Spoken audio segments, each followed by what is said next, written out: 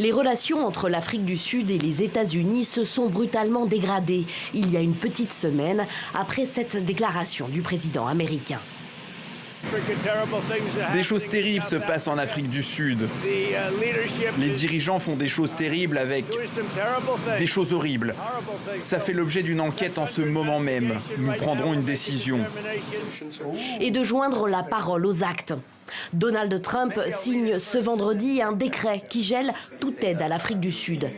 Il proteste ainsi contre une loi promulguée fin janvier à Pretoria et qui permettrait, selon lui, d'exproprier de manière discriminatoire les propriétaires terriens blancs dans le pays.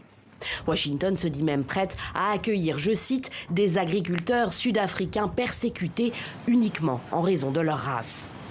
Des initiatives qui choquent en Afrique du Sud, où la majorité des terres reste détenue par la minorité blanche. Une situation héritée d'une politique d'expropriation de la population noire pendant l'apartheid. Ce décret est absolument raciste. Ce n'est pas surprenant car Trump et son administration sont assez racistes. C'est n'importe quoi. L'Afrique du Sud n'opprime personne.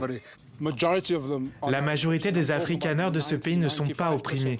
90 à 95% d'entre eux vivent dans des quartiers riches. Ils n'ont pas de problème. En fait, il accorde le statut de réfugié à des millionnaires. Dans l'entourage de Donald Trump, le milliardaire américain Elon Musk, qui a grandi en Afrique du Sud à l'époque de l'apartheid.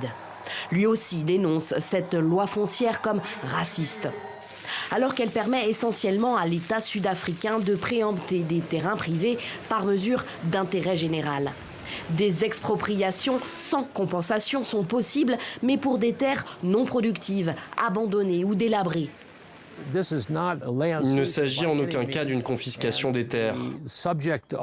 Et la question de la restitution des propriétés accaparées par la minorité blanche n'est pas encore résolue. Il n'y a aussi jamais eu de compensation adéquate pour la majorité noire ici, qui a été, après tout, à l'origine privée de ces terres par la minorité blanche. Le président sud-africain Cyril Ramaphosa, de son côté, a juré que l'Afrique du Sud ne se laisserait pas intimider, sans citer nommément les États-Unis.